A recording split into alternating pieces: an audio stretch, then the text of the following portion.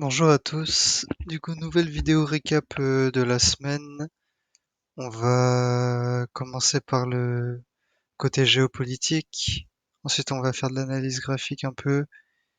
Puis, on va parler du calendrier économique de cette semaine et un peu parler de mes attentes vis-à-vis du prix, etc. Euh, je cherche cette vidéo le lundi matin parce que j'avoue que ce week-end, j'avais la flemme et pas le temps. Donc voilà, et puis comme aujourd'hui, je devais me lever tôt. Bah, je savais que j'allais pas me recoucher et donc j'ai le temps de tourner cette vidéo avant l'ouverture de la session londonienne. Et de toute façon, aujourd'hui, je ne vais pas vraiment chercher pour des trades, j'expliquerai pourquoi. Et du coup, voilà. Mais on va directement passer sur la géopolitique. Du coup, la semaine dernière, j'avais dit de faire gaffe parce que non seulement c'était une semaine qui était pas très intéressante au niveau du calendrier économique, c'était aussi une semaine où bah on savait pas ce qui allait se passer entre l'Iran, Israël, les États-Unis et tous les pays concernés. Donc c'était un peu un moment où on est incertain. Donc faut diminuer ses risques, en prendre moins.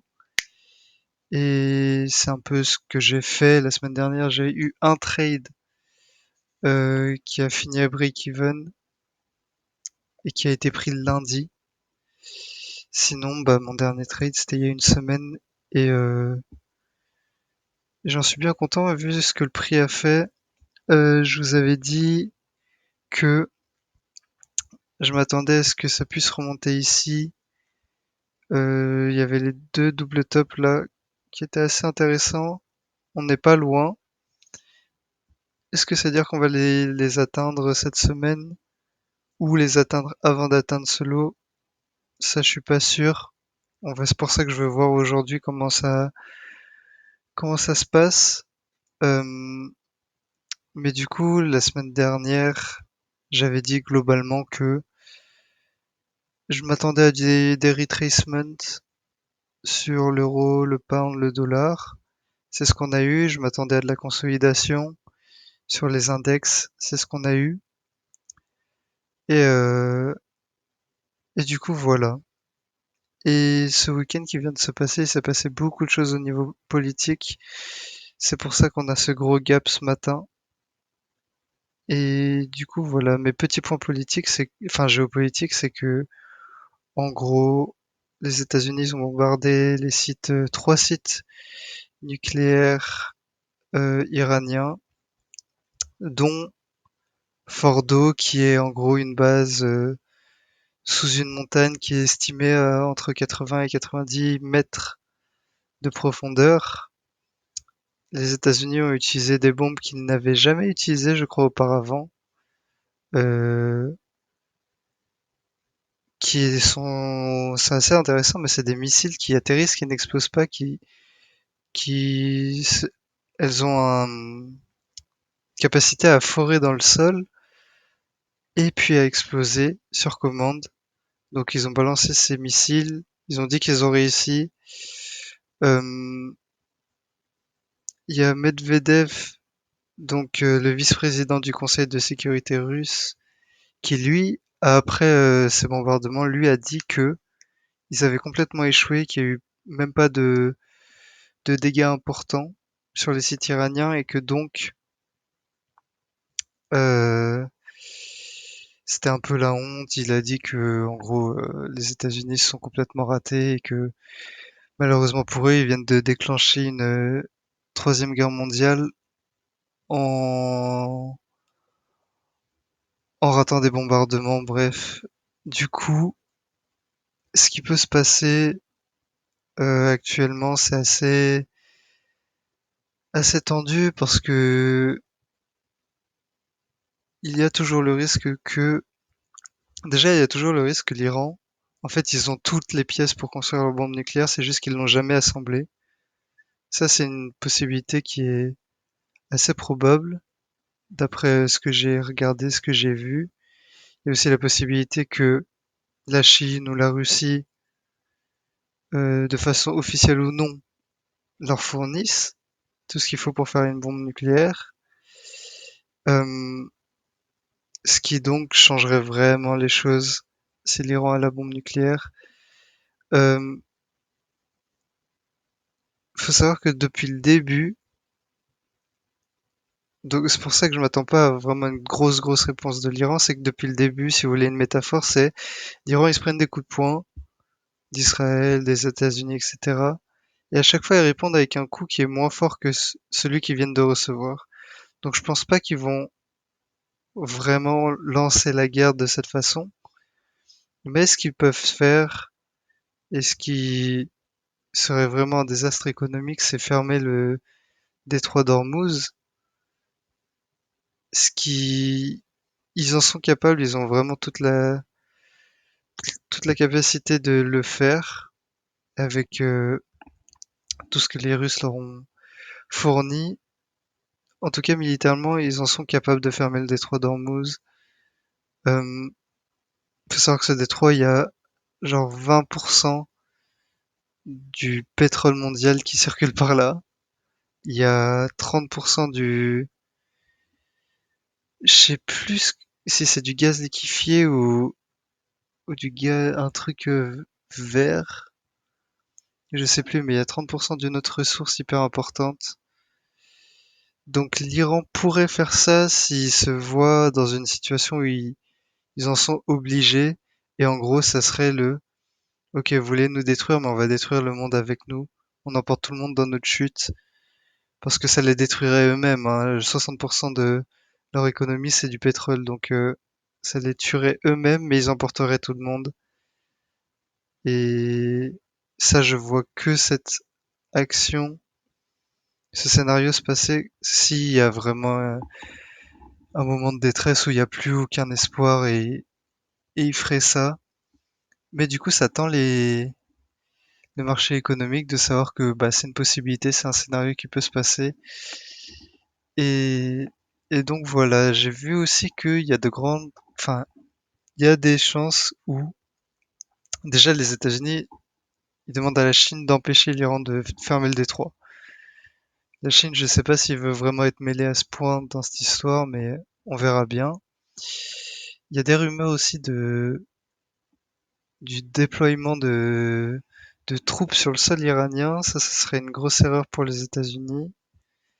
Mais faut comprendre le point de vue aussi de Trump, qui a un différent point de vue des États-Unis. Il faut comprendre aussi le point de vue d'Israël. J'ai vu vite fait un mec qui parlait, enfin qui disait que en gros les États-Unis, déjà il y a Trump et il y a l'Empire américain qui sont deux choses séparées parce que l'Empire américain et l'élite euh, américaine, ils s'entendent pas bien avec Trump.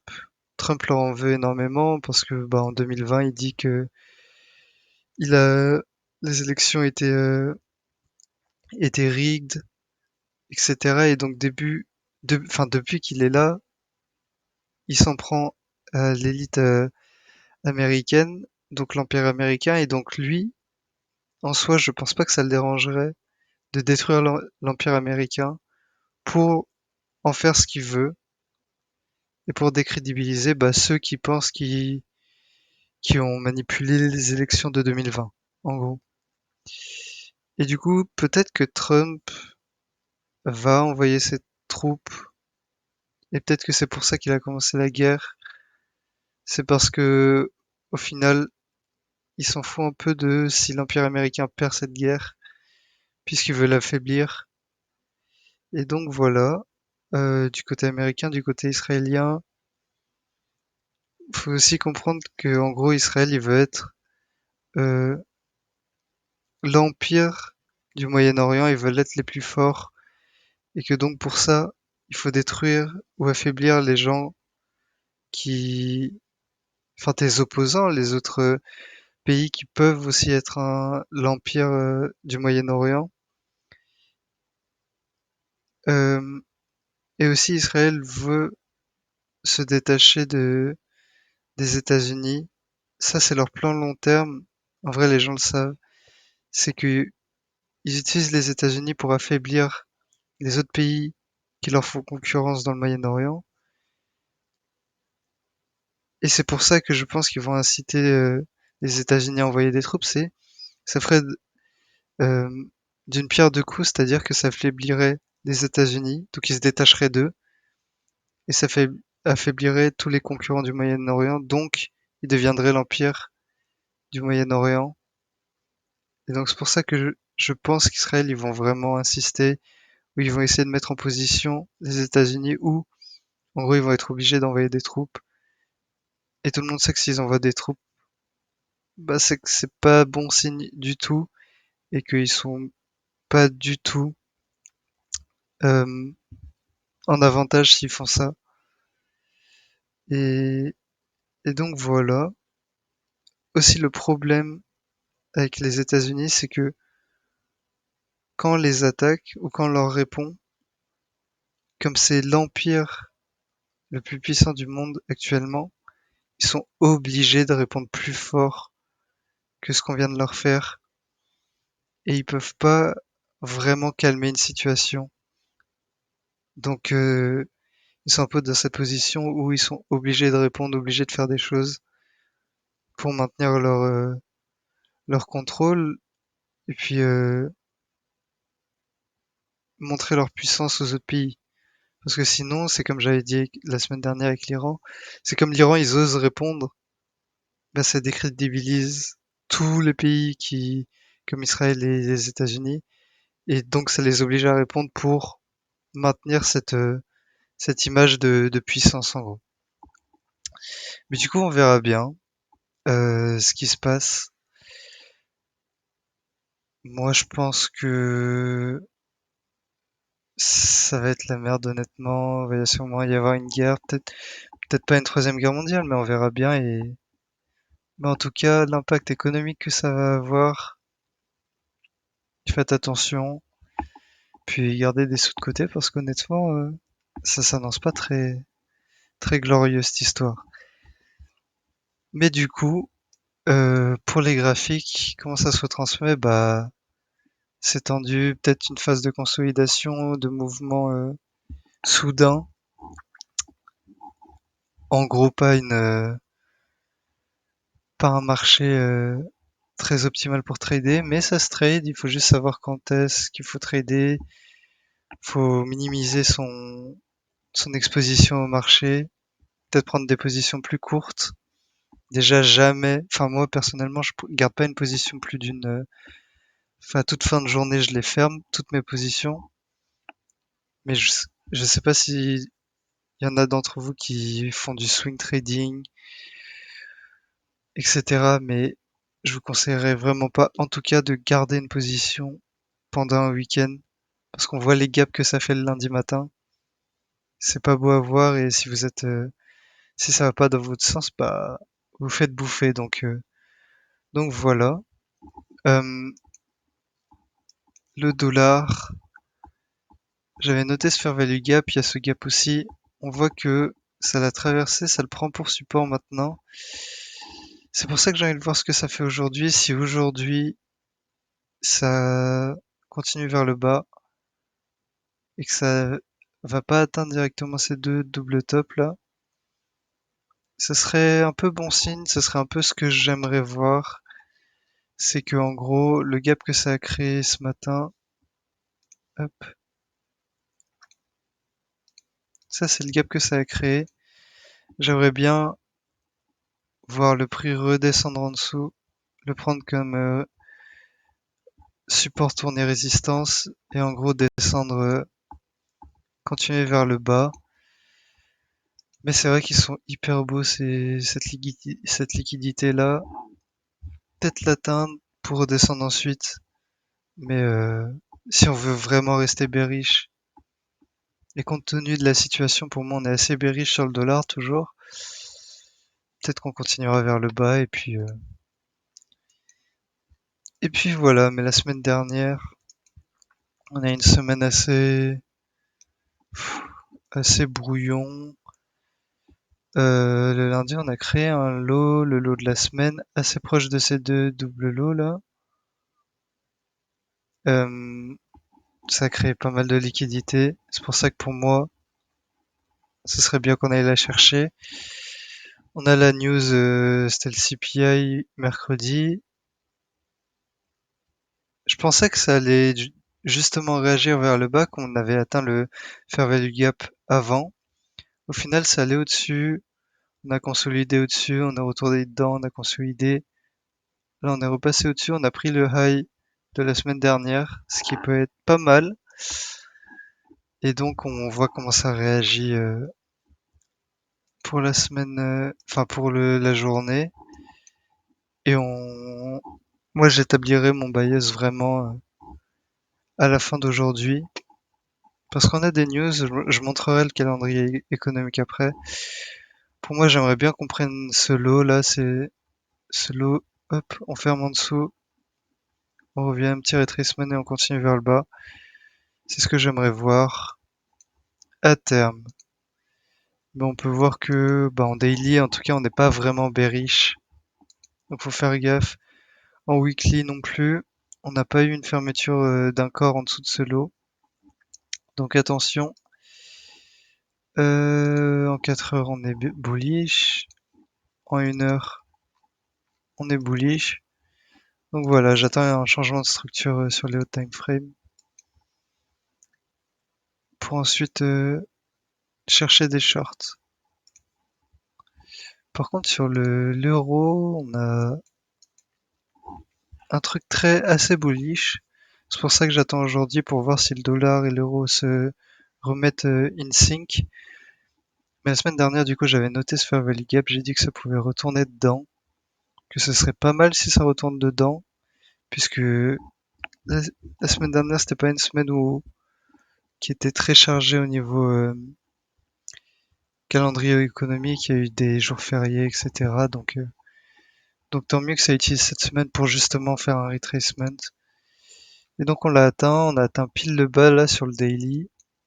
On a changé la structure en 4 heures, là on respecte les fair value gap, l'order block. Donc honnêtement, si ça reste comme ça, à partir de demain, bah, je cherche pour des longues sur l'euro. C'est c'est bizarre parce que les graphiques sur l'euro et les graphiques sur le dollar sont vraiment différents. L'euro là, honnêtement c'est très beau à voir. On va continuer vers le haut pour moi. Après à voir ce que le dollar fait, hein, mais pour moi on continue vers le haut. Hop. En 1 heure, on voit si ça prend ce high aujourd'hui. Même si ça le prend pas, ce que j'aimerais voir, c'est des corps qui ferment au-dessus de ce fair value gap bearish. C'est-à-dire que les fair value gap bearish ne seraient plus respectés. Et du coup, ça serait bon signe, pas besoin d'une fermeture au-dessus de ce high pour l'instant. Première chose que je cherche, fermeture d'une bougie, d'un corps d'une bougie en 1 heure, au-dessus de ce fair value gap. Donc voilà. Puis ensuite, les deux double top, aller les chercher. Et puis voilà, maintenant le pound. Le pound, j'avais noté ce fair value gap en weekly. Je pensais pas que ça allait directement l'atteindre, mais ça l'a fait. Donc on est en discount sur des hauts time frame, ce qui est bon signe. Maintenant à voir comment ça réagit par rapport à ce fair value gap en daily. On voit que ça l'a bien respecté vendredi. Donc à voir ce que ça fait. Encore une fois, moi je pense que hop, si ça prend ce high là sur le pound, pour moi il y a des grandes chances que ça continue vers le haut, que ça prenne. Là c'est top. Et puis voilà, je vais juste vous parler de mon trade que j'ai pris lundi. J'ai long lundi. J'ai long ou j'ai short? Attendez, il faut que j'aille dans le bon lundi. Si, ok. Donc j'avais long lundi.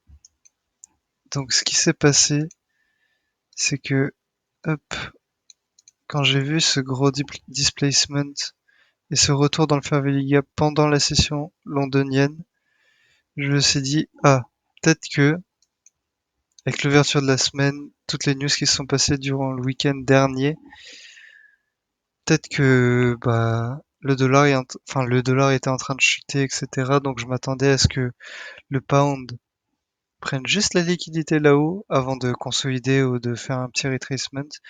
C'est pour ça que je suis rentré. Une fois que ça a pris ce high, j'ai bougé mon stop loss là en dessous de cette consolidation. J'ai pas pris de partials. Je pensais vraiment que ça allait atteindre ce high directement. Ça l'a pas fait. C'est redescendu. Je me suis fait stop à un peu plus que break-even. Donc voilà, une semaine un trade pas très dégueu. J'aurais dû prendre des profits au-dessus de ce high. J'ai été gourmand. C'est pas grave parce que c'est un peu mon modèle. Moi, je prends pas trop de profits. Euh, mais j'ai géré mon stop loss. Je l'ai mis au-dessus de break-even. Donc j'ai pas perdu de sous. Donc c'est pas si pire. On limite la casse. Et j'ai pas pris de trade pour le reste de la semaine. Hop, comme je vous avais dit. Et du coup, voilà, le pound, ce que j'aimerais bien voir, c'est fermeture, hop, au-dessus de ce high, et voir comment on réagit dans ce fair value gap. Si j'étais bearish sur le pound, même si je le suis pas, j'attendrai cette semaine et voir si ça ferme, si la bougie de la semaine ferme en dessous de ce fair value gap, le bas de ce fair value gap. Si ça le fait, j'irai chercher ce lot, hop, très clairement. Mais pour l'instant, je suis pas bearish. Et hop, si j'étais bearish sur l'euro, bah, je chercherais d'abord ce double lot là, et puis on continuerait vers le bas. Du coup, les index. Hop, on va commencer par le Nasdaq, c'est un peu plus propre. Du coup, le Nasdaq, j'avais noté ce range la semaine dernière. J'ai dit attention qu'on pouvait consolider, comme c'était un moment incertain, les index, souvent ils consolident quand c'est un moment incertain. Euh, un petit retracement qui était possible, c'est ce que ça a fait. Ça a pris les doubles bottoms là, que ça avait créé les semaines d'avant. On est allé dans un discount aujourd'hui. On est descendu dans un discount. On est en train de bien réagir. Donc pour moi, à voir. Ce serait bien que ça casse ce high et même que ça ferme au-dessus de ce fair value gap là. Hop. Mais euh, mais je reste quand même assez vigilant hein, sur les index parce que bah moment incertain, moi je traderais plus l'euro et le pound. Donc plus je chercherais plus des longues sur le pound, enfin sur l'euro. Mais du coup voilà, ça fait ce à quoi on s'attendait. Pour moi maintenant, on va aller vers le haut. Si je devais me baser purement sur le graphique, maintenant il y a toute la situation géopolitique, donc pas sûr, mais pour moi on vise quand même là ce high en orange.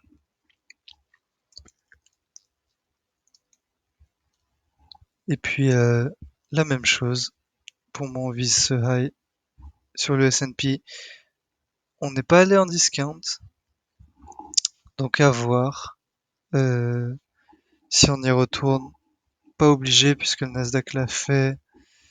Et voilà, donc on voit ce qui se passe aujourd'hui. Si ça casse la structure en 4 heures ou en 1 heure, on cherchera pour des longues pour aller chercher les hauts ici et ici. Et du coup, on va parler du calendrier économique ou on va voir le BTC. Le BTC, petit retracement dans le fair value gap en weekly. Comment on continue vers le haut. Le gold se consolide un peu. On est toujours dans ce range. Hop, on est toujours dans ce range, donc voilà, peut-être on retourne en discount Peut-être on prend juste les lots et on voit si ça prend les highs. Mais du coup, calendrier économique, je voulais parler de ça.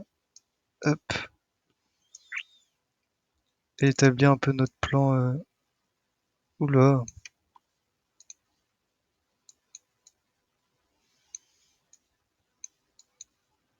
je sais pas pourquoi ça s'affiche si. Ok. Du coup, on est aujourd'hui. Il y a beaucoup de news rouges sur un peu toutes les devises. Donc c'est pour ça qu'aujourd'hui en plus il y a beaucoup de news rouges. On attend que ça se passe. La liquidité elle va être injectée dans le marché et donc ça va bouger ensuite. Du coup on a des news le matin sur l'euro et le pound, l'après-midi sur le dollar. Personnellement je traderai pas du tout avant. J'attendrai euh, mardi matin je chercherai pour des trades. L'après-midi un peu moins parce qu'on a tous les speeches de la Fed, du gouvernement, donc de la Bank of England et tout. Donc voilà. Mercredi, je chercherai aussi pour des trades. Pas l'après-midi que le matin. Euh, le jeudi, je chercherai pour des trades le matin et l'après-midi après 14h30. Donc plutôt pour les index. Si je devais vraiment chercher pour un trade sur les index, ça serait le jeudi après-midi après 14h30, heure française. Et ensuite, le vendredi, je pense que ce sera un peu calme, comme il y a beaucoup de news dans la semaine. Vendredi, je pense que ça bougera un peu moins. Et donc voilà. Faut aussi noter que si on atteint un objectif, par exemple le mercredi, si on atteint tous les objectifs que j'ai notés là en weekly et en daily, et ben le jeudi et le vendredi, on peut s'attendre à ce que bah, ça fasse de la consolidation, etc. Donc voilà un peu le plan pour la semaine prochaine, enfin pour la semaine là maintenant. Euh, on attend ce que ça fait aujourd'hui, pardon. Et puis voilà, on attend peut-être un haut de la semaine entre lundi et mercredi, un bas de la semaine. Je verrais bien le bas de la semaine le jeudi parce que Employment Claims ça bouge bien normalement. Et du coup voilà, c'est un peu tout pour cette semaine. Un haut de la semaine entre aujourd'hui et mercredi, ça serait bien. Donc si on veut atteindre ça entre aujourd'hui et mercredi, ça m'irait bien. Et il me faudrait aussi une réaction en mode changement de structure assez direct après avoir pris cette liquidité. Et du coup, voilà, bullish un peu. Bon, c'est un peu comme d'habitude, hein. On est toujours bullish, toujours bearish le dollar, puis les index, consolidation, mais côté plus bullish, maintenant qu'on est redescendu dans un discount. Et du coup, voilà, passez une bonne semaine.